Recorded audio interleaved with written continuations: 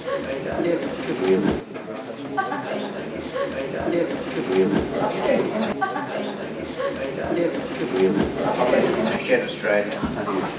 thank you very much for coming here tonight. We're very, very glad to welcome Paul Collins, the author of Absolute Power, and Keneally, an eminent youth citizen, here to launch this book. When I looked at this book first, I remembered two comments my late father made, who grew up, you know, in another world, and he reminded me of what happened when a friend of his was actually made a bishop, and he said that man will never ever have a badly cooked meal again and never ever hear the truth again. And I've always remembered that because I think that's the lesson of absolute power. And the other one was, we grew up near a seminary, and the saying of the students was, the road to hell is paved with the skulls of priests. And that is actually very central. Without being too black about it, it's actually important to remember. Paul. And then Krinstina, you'll actually say a few words, Krinstina. Thank you very much. Thank you. Thank you all for being here. Thank you for your patience. And thank you for your interest in Paul's book, Papal Power. I was quite honoured when Paul asked me to launch this book, because as a young theology student, as I was some 20 years ago, and having moved to Australia, at a time in 1995 when it was hard to find people who were talking publicly and theologically about reform in the church. Paul Collins was someone that I used to read and think, oh wow, maybe I can meet him one day. And it's been an absolute honour to get to know Paul and to understand his thinking and to share with him and with Marilyn a passion and a commitment to carrying on the reform of the church. Not reforming the reform, as Paul talks about in this book, but continuing the reform. I want to say a few things about this book. First of all, I loved it. It's always a nice thing when you can say that when you're launching a book. It reminded me why I'm a Catholic. Specifically, it reminded me that I'm a Catholic in the vein of Leo XIII. I'm grateful for Rerum Novarum. I'm grateful. In fact, I quoted Rerum Novarum to the Australian today. Not often, in the context of the Business Council of Australia. Not often you get to do that. They borrowed the phrase, just as an aside, the Business Council of Australia has set up a front group to campaign for corporate tax cuts. And they set up a website. Do you know what they called this website? For the common good. I said somewhere Leo is rolling in his grave. I'm grateful for the Rerum Novarum. I'm and wedded to the social justice tradition of the church. It also reminded me, well, before I get on, what else reminded me of, as we learn in this book, Leo XIII wasn't a raving reformer by any stretch of the imagination, but he was more willing than his predecessors, Pius IX, or his successor, Pius X, to engage with the contemporary world and to engage with some of the challenges that were confronting people, changes in technology, industry, and employment. I will say I'm not a papal scholar, though. That wasn't my area of theology. And there were times in this book where I sat, there was much in this book that I knew, and it reminded me that I had forgotten. And there were times that I sat up straight and said, oh my goodness. And in one of those moments was when it suddenly struck me, as it had never done before, that the church has made Pius X a saint, but it has not made Leo a saint. And I think, well, how can that possibly be? Well, it can possibly be because, you know, Pius X encouraged us to go to communion every day, and Leo encouraged us to think. And, you know, maybe there's the answer. It also reminded me that I'm, of course, a John the 23rd Catholic, and it kind of reminded me that I'm a post-Vatican II baby. You know, born in 1968, you know, grew up with the expectation that the Church was on this inexorable path of evolution. That it was moving towards progress along with the rest of society, that it was going to move just inevitably towards a more open, democratic, wider involvement of the laity and particularly of women, that it was going to innovate and adapt to the modern world. You know, that is the way that I grew up. So in some ways, though, this book did dismay me. And it didn't dismay me anything to do with the author, or his style, or his prose, or his conclusions. But rather, it dismayed me by the depressing realization that the very reason that I do love the Catholic Church and still profess to be Catholic actually represents a very brief period of history within the past 300 years. And, you know, and what we really do have over the past 3 centuries is an increasing tendency to identify with the Pope with the Church and the Church with the Pope. And the reliance on hard power to enforce rules, to punish, to define, to demean, to delineate, to demolish dissent, and to preserve power for the few. The lack of any modern notions around things like transparency or governance or accountability or shared responsibility. The fact that some of our popes, perhaps like some of our political leaders, were depressingly flawed. You know, either lacking in intellect, empathy, curiosity, or leadership capacity. And, you know, this is depressing. Especially when, you know, again, another thing I learned, you know, this phrase, power tends to corrupt, but absolute power corrupts absolutely. I can't believe I didn't know this. Lord Acton actually wrote that in 1887 to an Anglican bishop in reference to the Renaissance popes. I've heard it quoted so often in politics. I'm now going to use this quite regularly and point out it's directed at the papacy. Paul does, he does us a service, I think, by giving us a history to view the Pope and the Church through this lens of papal power. And he does it in a way that allows us to contemplate what are these two competing models of church. You know, he talks about, and he quotes Lumen Gentium, very much in that sense that the first 2 chapters talk about the Church as the people of God, as a communion, as, you know, a community gathered together by the Holy Spirit, where power comes from the bottom up. And then he points out to us that in chapter 3, it's as if those first 2 chapters never occurred. And chapter 3, suddenly we're confronted again with the Vatican I Church, the hierarchy, and the power, and the papal power, and the appeals to authority of the magisterium, and infallibility.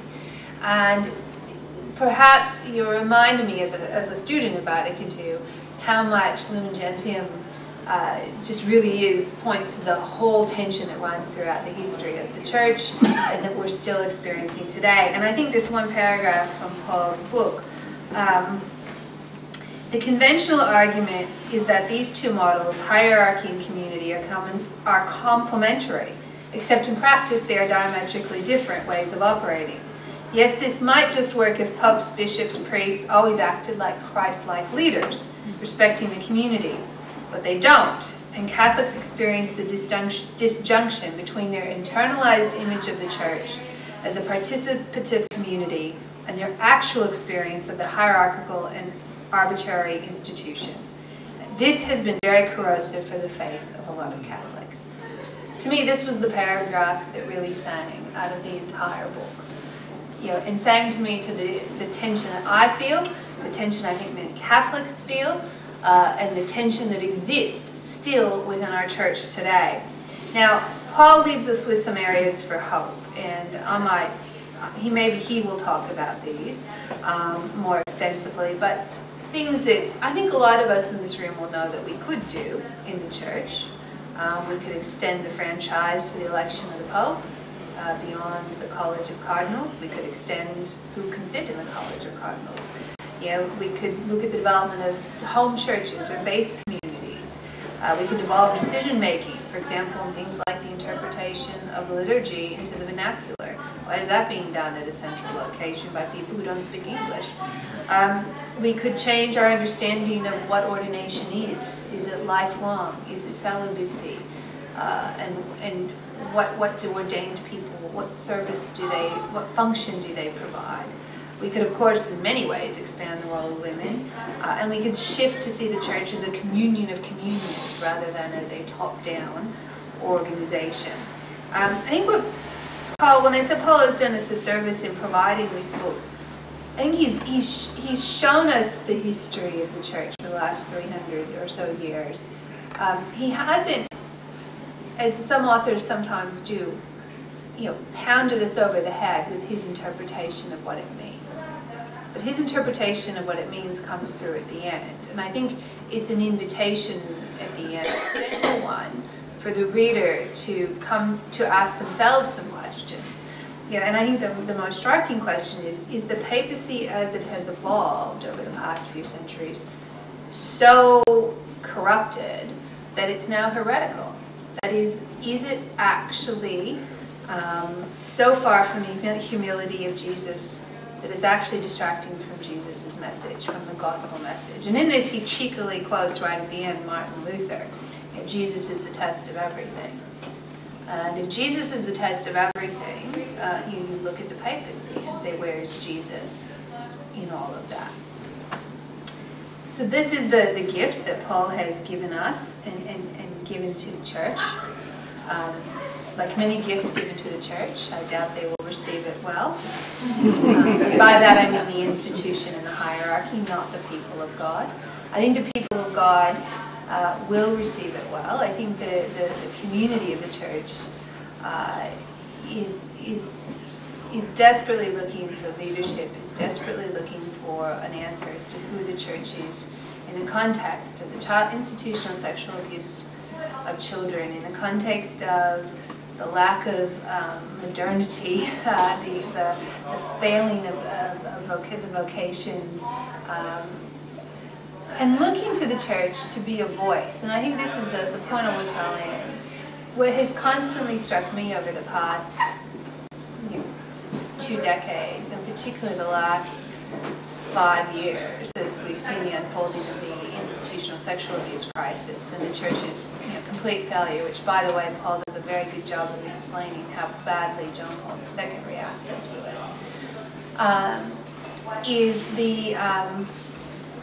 is the sense that the church, if it was capable of continuing on with the path that John the 23rd put us on in Vatican II, if it was capable of addressing some of these issues around governance and transparency and accountability and inclusion and incorporation of the laity into its structures and its decision-making, it would actually be able to exercise its soft power in the world far more effectively.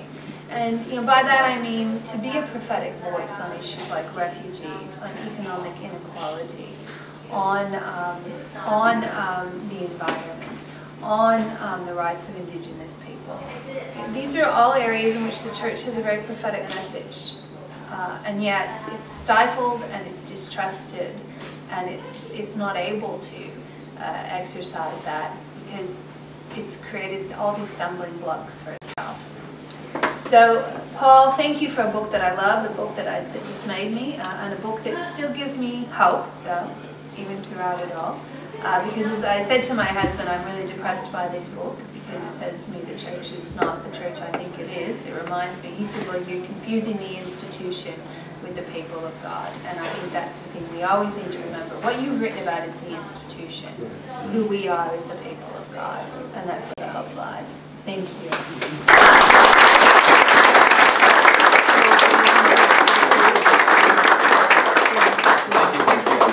I want to thank Krinstina.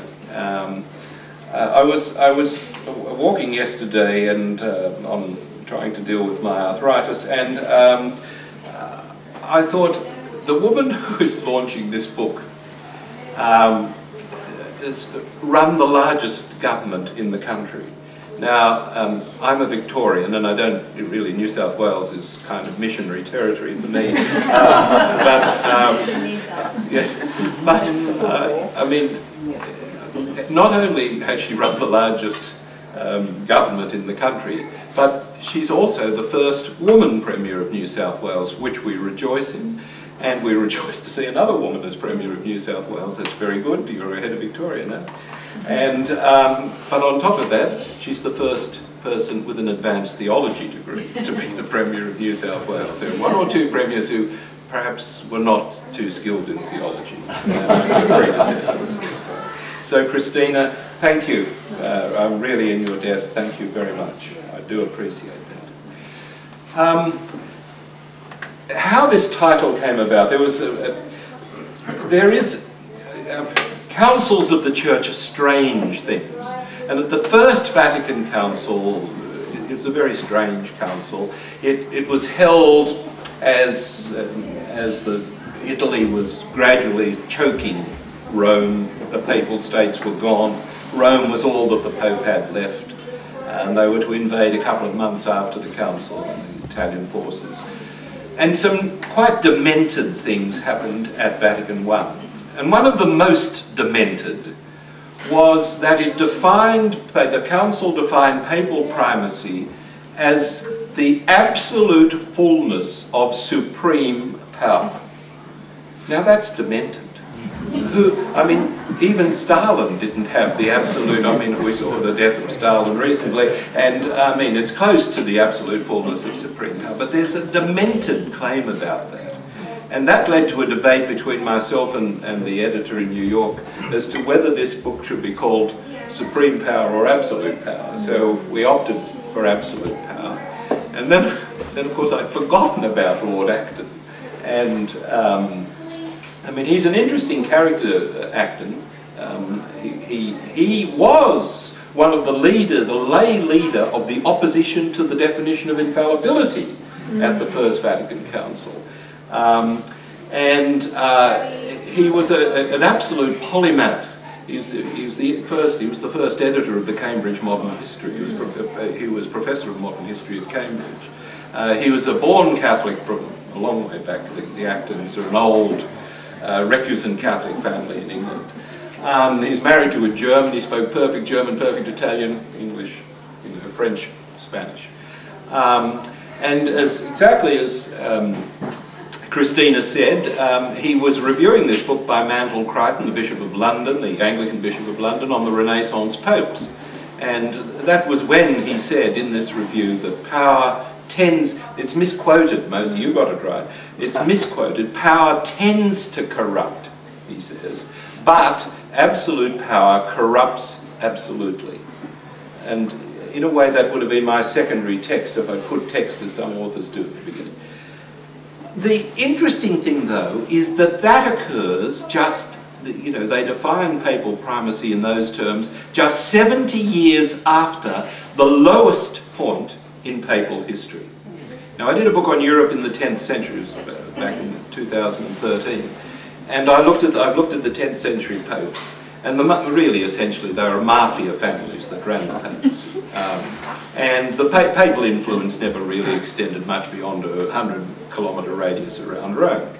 And I mean, that's the great thing about the past, because popes could claim everything. They could claim they were God on earth. But if you were a priest or a bishop or a peasant in Scotland, it was 3 years before you got the news.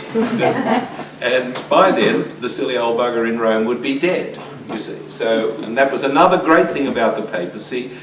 Pre-modern medicine killed you rather than cured you, so that was good. We got rid of them quicker. As Cardinal Newman says, it is an appalling thing for a pope to live too long. And he said it when Pius IX still had 20 years to run. So, well, not quite 2015. And we have had a repetition of that from the gentleman who was elected in 1978. His predecessor lasted 28 days, and the gentleman who followed him lasted almost 28 years. 25, 20, 24, 23, 23, 78 to 2005, whatever. Work it out for yourselves. But that is the thing that is, that the papacy has come from rock bottom when Pius VI's body was left unburied by the French authorities in the citadel in Valence, and was left unburied for three or 4 months, and then he was buried in unconsecrated ground. Very bad news in those days. To John Paul II, who travelled more than Queen Elizabeth II, and literally could draw crowds of millions. So we have, and the whole reason for that is Innocent III in 1215 could claim what he liked, but John Paul II could claim what he liked as well, and it was known to everybody, every bishop in the world next day because of modern communications. So this centralisation in some ways is essentially the result of modern communications, which is a kind of interest. It's nothing to do with theology, really.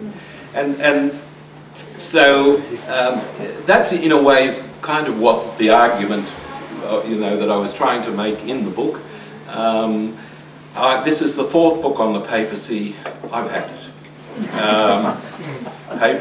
Papal power, then Papal power was my choice of a name, but then we got to Upon This Rock, which was Melbourne University, that was before Louise Adler. Melbourne University's choice of a name, which was terribly pious, and there's a number of critics commented, that Collins has got piety suddenly, to a book on another Melbourne University Press book, this time commissioned by Louise Adler, the famous person who commissions books like flies.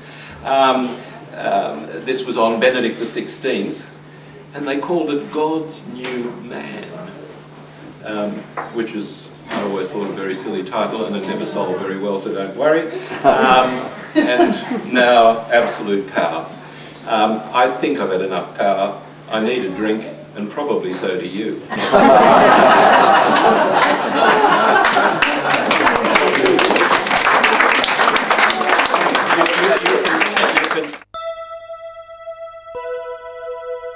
You can